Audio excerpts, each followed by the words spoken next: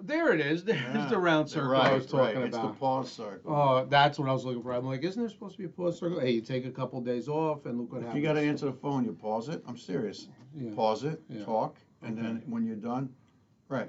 Well, we're very open about what we talk about. Maybe on the podcast, maybe I should just answer the phone. You're right. Right? We had your aunt on. Right. Right? That's Aunt true. Dolly. That's true. That was. I wish. Did we have her on speaker? Yeah, we did. Right? I don't think if they I could think hear. she was on speaker, but she speaks so softly. How's she doing? She okay? Yeah, we went to. We went. We had a great time. Yeah. Let's do a countdown. And we'll hear about Aunt Dolly. Okay. All right. All right. Ready? Yeah. 5, 4, 3, 2, 1. Welcome back, friends. Welcome back to another episode of The Jersey Alchemist. I'm your host, Dr. John Gerard Gallucci. And I'm Philip D'Angelo. Nice. So nice. It feels good to be back on film again, John. Right? We took a Yeah. little hiatus. Yeah. But feels good, even though I forgot where everything is. Yeah, Phil went to some island. He got on some jet. It was called some kind of express. Yeah. Yeah. The only island, I've been to is Epstein Island. Right? The only island I've been to is either Staten or Long. Yeah. That was it. Right. That's the only islands I've been to. But yeah, I did some traveling, and I'll tell you what, airports. You may make fun of Newark Airport. All right, everybody says, "Oh, the planes are delayed." Oh. The turnpike. But let me tell you, the food, like I'm a food guy, that's obvious. But I mean, the food at these places is amazing. What we have in Newark, yeah. And I was down in Atlanta. Atlanta, the food was horrible in the airport. In the airport. New Orleans was okay. Orlando's okay. But Newark, you come back, it's like one big food court with some planes taking off. You're talking about the sit-down restaurants. Yeah. Yeah. Listen, we all have to get there 2 hours early. At minimum. Yeah. And so you want to be comfortable. You don't want to eat real quick and then go there. You think that's part of the business plan and the shtick? Tell people they got to get there 2 or 3 hours early, and then you're forced to sit down, knock off a couple beers, have a steak, have a couple of Wahlberg hamburgers that really are no better than anybody else's, and you're spending tons of money. Have you been to Atlanta's airport? I believe it's not Atlanta. Top 2 busiest airport in the United States. All right, it's got 5 terminals, and the security check, it was a 45-minute. I mean, they do a great job. It's just a mass of people. You feel like you're at Disneyland. You feel like you're at, when you go up and back and back and up and back. Right. So they keep you moving that way, and they have the dogs there. I'll tell you, it's intimidating, the dogs, Well, But I don't care how long security takes, because I don't want some guy who's a lunatic, doing something that's going to hurt people. Of course. And it just seems like today, with all these shootings and all this craziness going on, it's like these people, they want to take people out, but they don't care if they die. No, they don't care. I care if I die. Right. As tough as life is, I want as many days on the planet as I can get. Yeah, no, that's understandable. Totally. Yeah, So. I'm. I understand that for sure. Have you had any airport experiences? I just can't. I'm hoping that somebody did something good to Newark Airport. I mean, I always seem to fly out of Terminal C just because of my typical jaunt over the last 6 years was Newark to Logan, Boston, Newark to Boston, Newark to Boston, because my daughter. Quick flight, was right? it? Yeah, sometimes it was a 45-minute flight, I guess, nice. Depending on the tailwind or whatnot. But and that there was never a problem with the flights. It was always Newark Airport was completely discombobulated.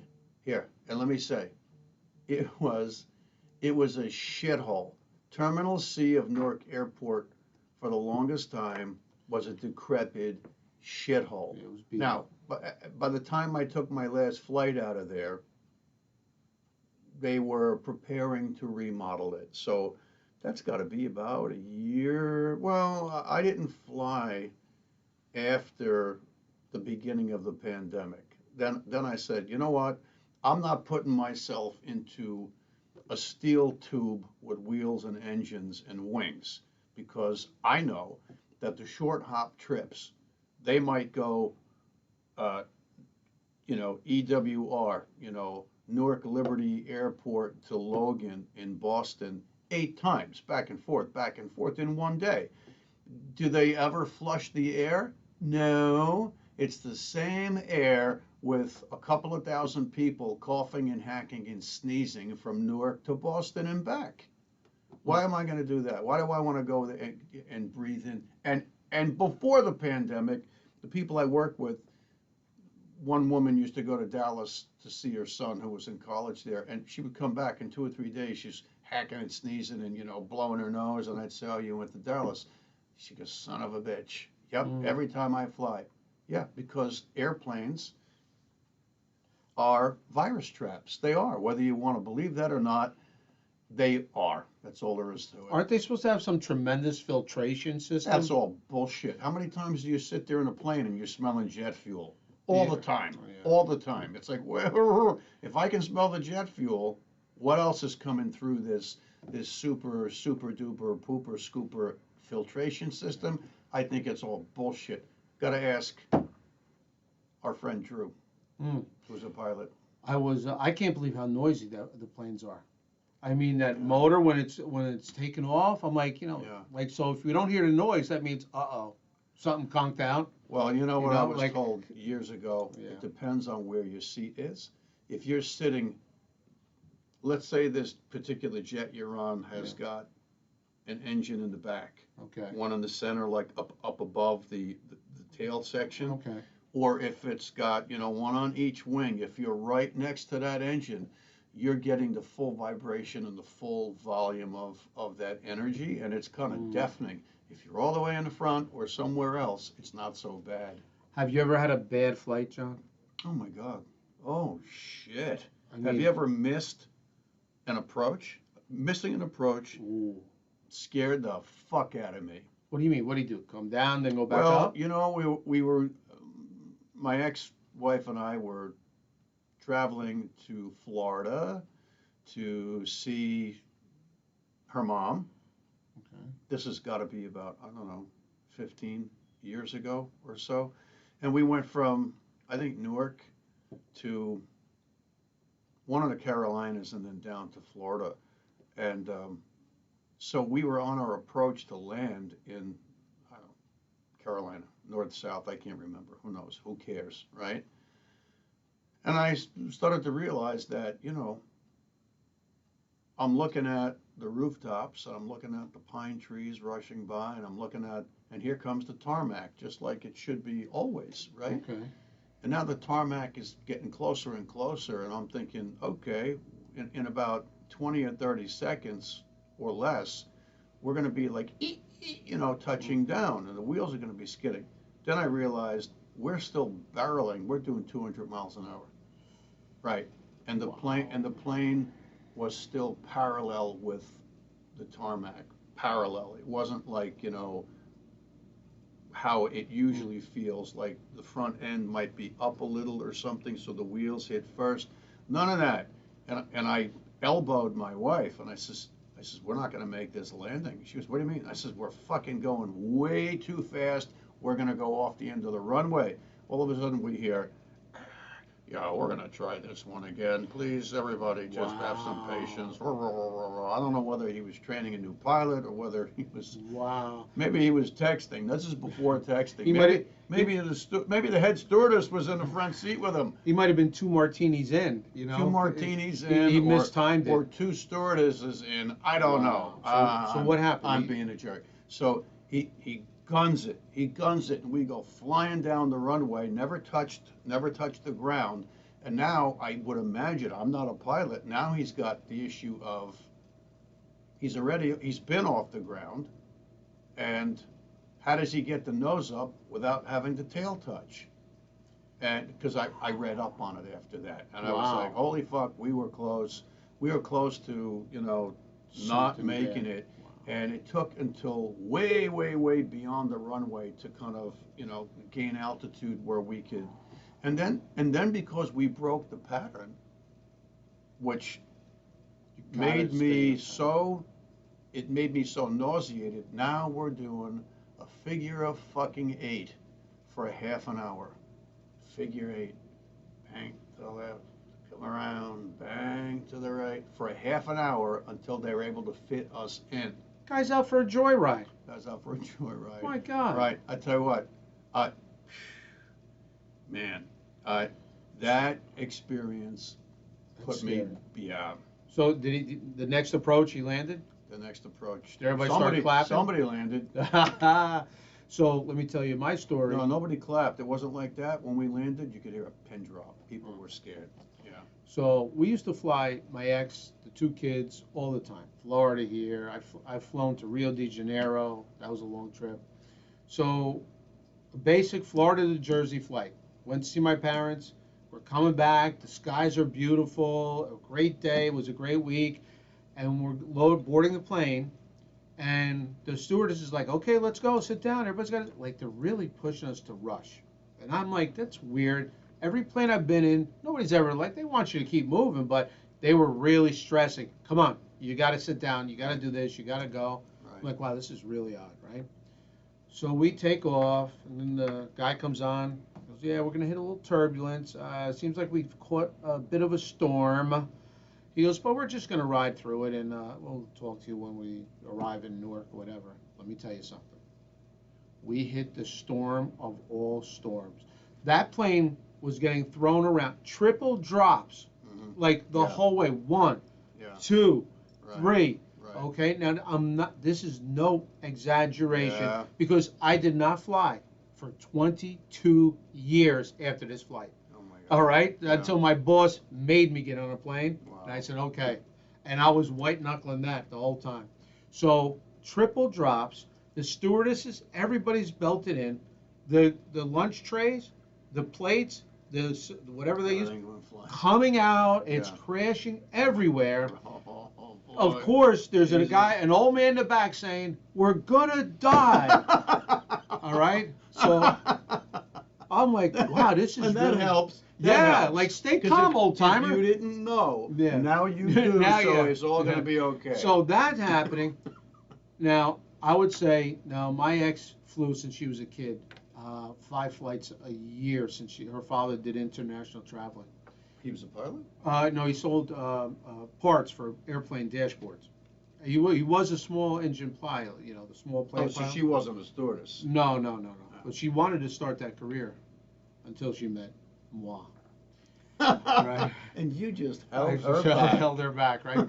So we're crashing. So I would say 80 to 85% of the plane has got their bag out, and everybody's barfing, including her. So everybody's puking, right? Right. She sat with my daughter. I had my son. They were, you know, and I made believe I was reading a book because I like to read on the planes, right? I didn't turn that page one time. I was like just literally holding it. And my son's like, Dad, we're going to be all right. Yeah, everything's going to be fine, son. And I am just making believe I'm reading, you know, embarrassed to say. By the time we got there, I landed, okay, the ambulance was waiting for us. All right? Wow. Because, some lady. The runway. Some ambulance was waiting for us. Mm-hmm. Some lady flat out passed out. Yeah. And can I tell you something? And I am guilty of this as well. Everybody, she was across the hallway of the aisle. Everybody stepped over. Everybody to get off the plane. I think my right foot might have dragged a little. I think I might have given her a little kick too. I'm just telling you, that's how bad it was. Wow. So we get off that plane. There are people crying. I mean, it was really bad. Right? You saw the trays. It was a mess, a disaster. We had a car waiting for us, okay? Nobody, my ex, my 2 kids, nobody said a word. Right. I swear to God, we didn't talk for 2 days. We were all in the house. Yeah. We did not say a word. We were just stunned. Oh, this was landing in Newark? You were home? Yeah. Wow. From Florida to Newark, a trip we must have made 100 times. And it was really bad. And it took me 22 years. And the threat of losing my job to get me back on a plane again. Well, I'll tell you what, there was a flight from Newark to Logan, and maybe my daughter was a sophomore in college. Maybe that was 2016 or 17. The flight was fine. Flight was good. It was a 55-minute flight from Newark to Logan. And all of a sudden, I'm looking at the airport, out the window, because if I have a window seat, I'm like a dog in a car. I can't help but, look at the terrain. Yeah. And all of a sudden, the pilot says, "Oh, keep your seatbelts on. We're on a descent. A little turbulence." And all you hear amongst the mumbo bullshit jumbo are a couple of key words to keep your ass kind of alert, And all of a sudden, I don't know whether we hit, and I'm no pilot, right? Not even close, but I don't know whether we hit a runway rotor, or just horrible turbulence, or pockets of high and low pressure. I swear to you, what we hit, you must have hit continually to cause all of that melee, because the plane, we were like, I don't know, a couple hundred feet, from the concrete, that's pretty close. And all of a sudden, we went from a couple hundred feet to like 75 feet. Like wham, and all of a sudden, the plane starts going like this, left, right wing down, left wing down, and then we're up and we're down, and then it's bang, bang, bang, and we haven't even touched the ground yet. Holy shit! I just thought, okay, if we're gonna die, it's gonna happen real soon, because we're like, we don't have 3,000 feet to fall or 10,000 feet. We're right there. We're like 100 feet off the concrete. So if we're going to hit, it's going to happen immediately. It doesn't matter. It'll be over before anybody has anything to say. Ever the optimist. Right. Right. Had to be quick. Yeah, it was tough. And I never threw up on a flight, but that one when we missed the approach, yeah. I came close, but I have a funny story. My brother, used to get a little nervous before he flew. And he told me this story while he and I were getting onto the same TWA route from JFK to Paris, the same exact flight that got shot out of the sky by a U.S. Navy missile. Oh. And I think we mentioned this on another program. The French military, French Navy actually, ratted on the U.S. Navy that. You remember? I can't remember the name of the flight, but it was a fully loaded TWA. I think it was a 747. TWA. And it went up. It was barely over the ocean, over the coast of Long Island. Oh. And the U.S. Navy fucking nailed it and took it down and killed everybody. And of course, they weren't trying to shoot the plane down. But then, the whoever the people are that are charged with investigating crashes, came up with some cockamamie bullshit story about an oxygen line broke and it leaked and it caused a flash explosion and it blew out the side of the plane. No, the U.S. Navy shot it down. So my brother and I are talking about this, and then he starts to laugh. And you knew him well. Oh, yeah. And he told me that he was on a flight going somewhere, and they were halfway, I don't know whether they were halfway to Europe over the Atlantic Ocean or something like that. And he started to not feel good because there was turbulence. He had a couple drinks and all that crap, and he couldn't find the barf bag fast enough. And the girl sitting in the seat next to him had gotten up and used the ladies' room. So while she's in the bathroom, he throws up all over her seat. He empties his stomach all over her seat. Disgusting. And what do you think he does? He asks the stewardess for a blanket. He gets the blanket. He tucks it in. He puts it over the puke on her seat. She comes back. He pretends like he was asleep, and she just went right in the puke. Oh my God. He was a quick thinker, though, right? Wow, that is crazy. He said, I thought they would call the police and throw me off the plane. I says, you're over the Atlantic fucking Ocean. How are they going to throw you off the plane? Arrest you in Paris? That is too funny. Yeah, right? Are you the puker? Right, with that accent. Right. Are you the one, huh? You, fatso. I see it on your chin. Oh, you're cracking me up. So we were coming back from New Orleans on a business trip. We had a 6 hour delay. Oh shit. All right. So so of course we keep going back to the guy at the booth, and God bless him. In New Orleans, the people are so nice. That Southern hospitality. Well, a part of your plane fell off during the landing. Oh, okay. boy. Yeah, I've heard and that we're before. waiting Yeah. for another part to come. They're Right. working on it Oh, right yeah. now. And Which, were you still in the plane? no. Thank Oh, God. We yeah. were not in yet. And I'll tell you what, you really don't want to hear it, right? No. So, but in New Orleans, they just had like a makeshift, desk where he was before you went on down the gate. And he goes, "That's your plane right there." I said, "Oh, that's our plane?" Let me tell you something. I said, "Would they fly it in World War II?" Yeah. This plane looked so beat up So old. and so old. I'm like, are you freaking kidding me? All the money these airlines make, and you can't get an updated plane? Thank God they couldn't get the part, and that plane, they garaged it for some other bunch of suckers, Garaged it, right. and then they brought another one in after 6 hour delay. But if you could see the plane, because in New Orleans you could see it, they're right behind it. Right. I'm like, oh my God. Yeah. You know? Right. It's like they're literally old taxis with wings. That's what they are. They are. It is amazing to me the force of which you take off and land. Yeah. How those planes don't just fall apart. Well, I'll tell you what. Do you remember when an engine fell off a plane?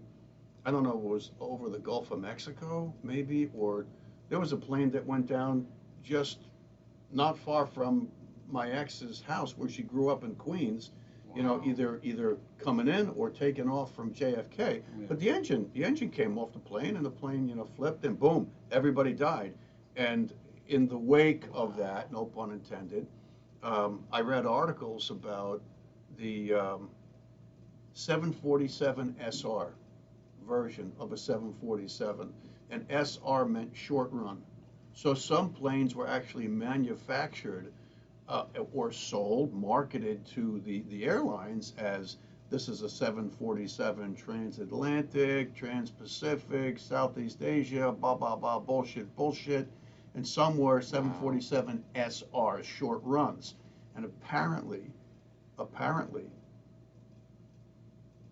there was more stress and strain on the girders of the engine couplings and the wing girders if the 747 was an SR, because they had many more landings and takeoffs, or in terms of Desert Storm sorties. They were always going up and always coming down, always going up, always coming down. Yeah. It puts much more strain on the fuselage, the wings, all of those things, as opposed to going up and you're up there kind of flying for whatever, 6 or 7 hours, and then you come down. Wow. So the short runs were having problems, and I can remember doing a Jersey to Florida thing, and we're waiting, we're looking. Do we hear overhead? Your flight's been delayed. It's been delayed 20 minutes. Then it was 20 minutes to an hour. Then it was 2 fucking hours. And then it was like, wait, what's going on? So it took me, this guy, to go up to the girl at the desk. All right, fess up. What's going on? What's wrong with the plane? Because it's right. What's wrong? Because that's got to be. What's wrong with the plane? So she made the announcement after that, having nothing to do with my query. And she says, well, they found a part that has to be changed. And everybody rushed the desk and said, change the plane. We're not getting on the plane. Yeah, it took another hour, but they had to get another plane. Oh, that's the way to do it. I flew to Rio de Janeiro one year with my ex, and that's like a 14-hour flight, some crazy number. And we made the flight at night, and literally, there might have been 6 people on the plane. So we literally stretched out. I slept the whole plane. You would have thought I was in my living room. Yeah. It was smooth. We're going over the ocean. We're traveling. Did you go up first class? No, I didn't do Cool. that. Nobody was sitting there. Yeah. I just stretched out, and it was the smoothest flight. Let's face it. Flying is the safest way to travel. The amount of planes that go up and down every friggin' day is the safest way. It's just, are you that person that's going to hit that bad luck lottery? And that's all it is. If your plane goes down, you gotta, well, I guess I Yeah. just won that lottery. Where's my ticket? Let me cash it in, because Right. there are so many planes every day, so many airports, All right. and it's a shit way to go. I have a story for everything. Oh. Okay, peeps, I want you to all listen to this story. It has to do with, Phil said, bad luck to get that plane that goes down, then that's it. Well, okay, maybe fate and destiny, and I always say it's real. I don't have any doubt that fate and destiny is real. Listen to the story, people. This happened to a very dear friend of mine, and it still blows my fucking mind.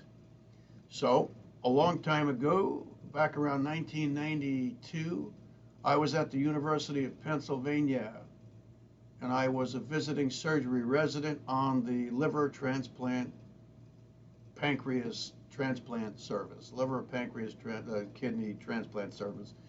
And I became good friends with a contemporary, meaning we were both second year residents. And the guy was a genius. I don't know about what went on in the OR because two second year residents never really got to scrub with each other, but he was the sweetest, one of the sweetest people I've ever met, and he was a genius. At that time, neither of us knew that we would both end up pediatric surgeons. Okay, I can't name his name, but I mean I could, but I just won't out of respect.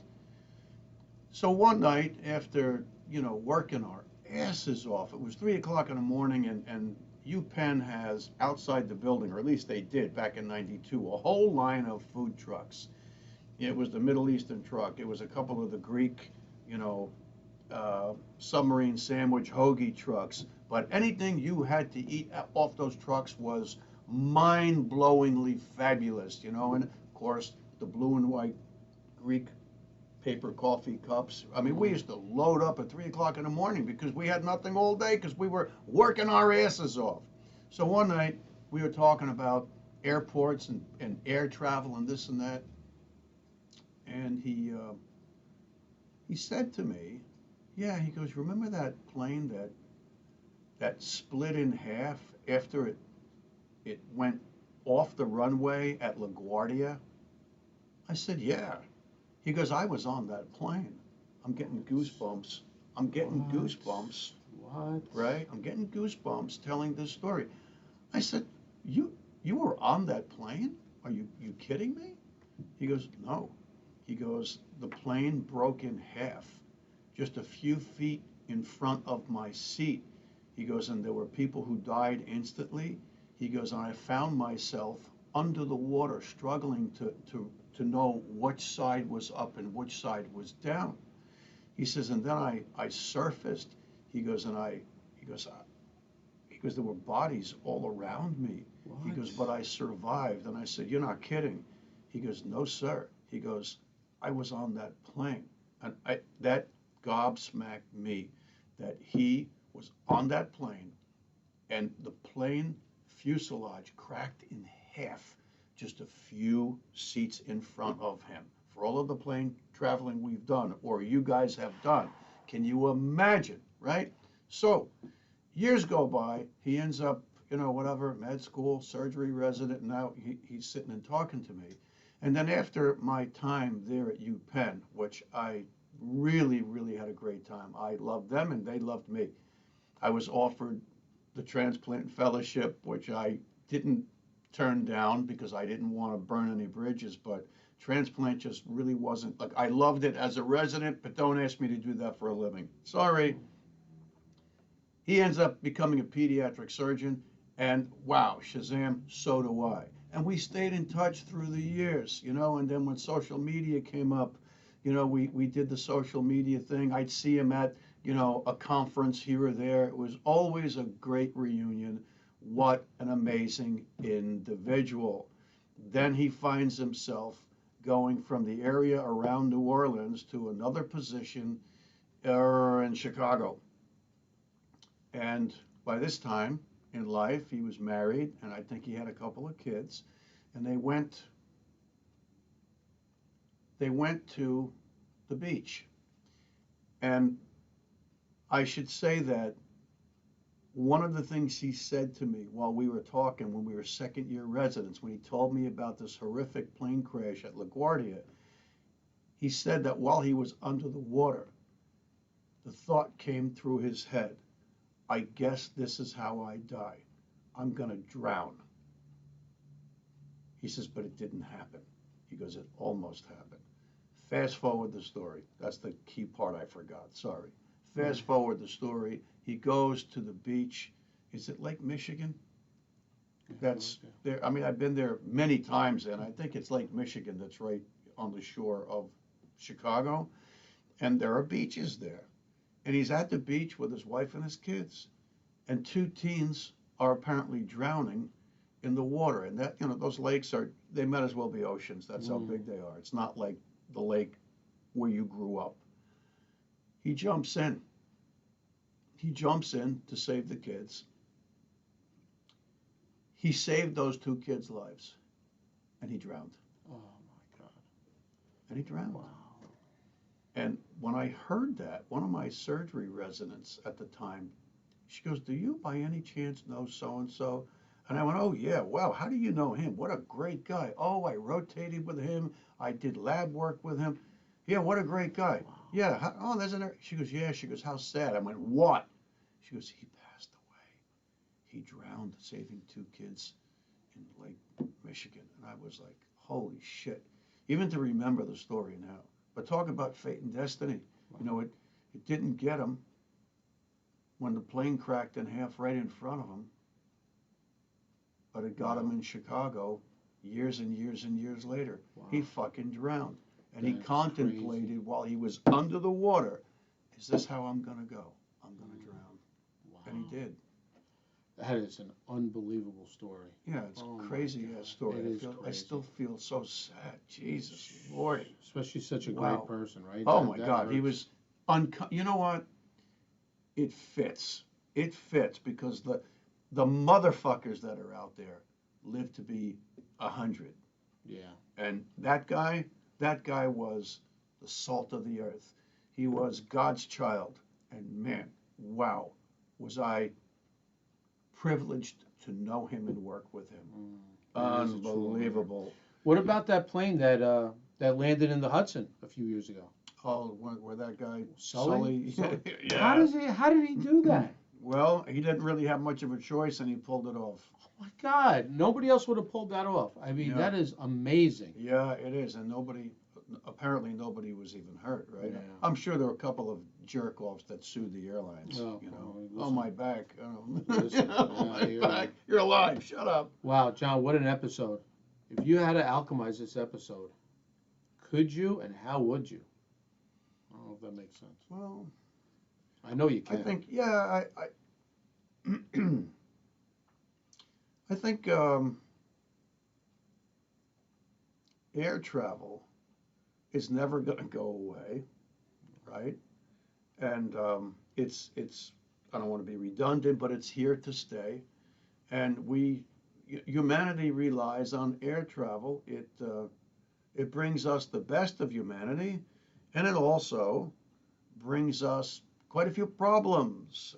How so? Well, if there's an infectious outbreak somewhere across the globe and nobody recognizes it and people are flying back and forth all over the globe, now it's all over the place before anybody recognizes it. It's been exploited by terrorists, whether false flag terrorism or homegrown organic. But I would say everybody has to be thankful and positive. I just wish that the agencies and the governments that control air travel would clean up the airports, try to streamline TSA. A lot of us believe that TSA, it kind of reminds me of 9/11 and the Patriot Act. Without 9/11, the Patriot Act would never exist. And without 9/11, the underwear shoe bomber. Remember that guy that they pulled off the plane? Creep. Turns out he was some kind of government Manchurian candidate. He was, one of those. It was all in the pipeline and planned. Air travel can be an enigma for me. I don't want to talk negative about it. I don't want to, glorify it per se, but I love air travel. But agencies pull moves and they scare the shit out of everybody about air travel.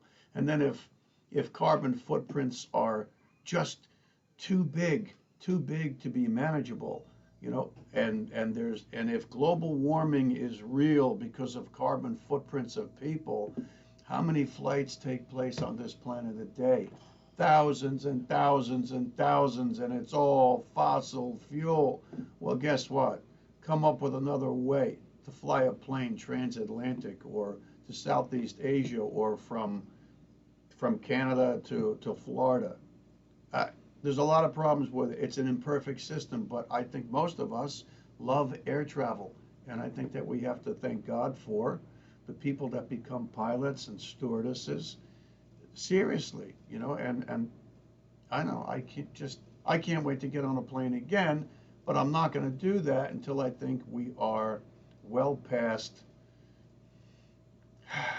those little things with spikes that fly around and go up your nose, or the monkeypox. So for me, homie's going to be driving around in my car until I think we're past all that bullshit. Look, you weren't going to get a prayerful moment of alchemy out of me over air travel, other than, to the creator of the universe, let air travel be safe. Let it play a great, wonderful, enlightening role for humanity, as opposed to transmitting microbes that are dangerous or God forbid, air accidents. And that's really all I want to say. I hope you all enjoyed our stories about air travel. There's more, but we try to keep these episodes a little bit, foreshortened. Save some for the next time. Yeah, that's it. So, all right, cool. Air travel. Great job, John. See you again. Great job. Thank you, everybody, for joining us on the Jersey Alchemist. If you like what we're doing, press follow and yeah, you got to subscribe because it helps with these YouTube algorithms. Look, subscribing doesn't cost you a thing. It helps us. It helps us reach more people. And if YouTube can torpedo us because we wanted to talk about healthcare, give us a little boost up. We're not asking you for money. We're not selling anything. Just subscribe. Thank you, people. Until next time. Peace.